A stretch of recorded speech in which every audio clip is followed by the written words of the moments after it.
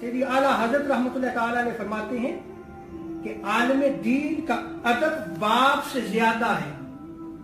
اعلیٰ حضرت فرماتے ہیں، آپ کیا فرماتے ہیں کہ عوام پر علماء دین کا ادب باپ سے زیادہ فرض ہے.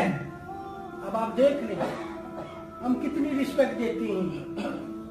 ایک جگہ آپ کا باپ ہے، اس باپ کے اوپر جو فرض کیا گیا ہے وہ کیا ہے؟ علماء کا ادب ہے.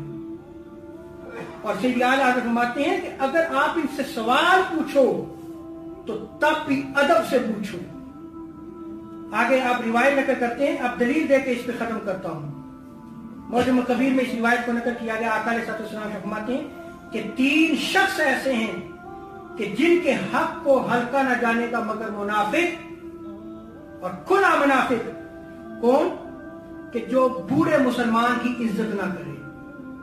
آگے ارشاد فرمایا کہ وہ عالم دین جو مسلمانوں کو نیک بات بتائے، نیکی کی تعلیم دے، اس کا ادب.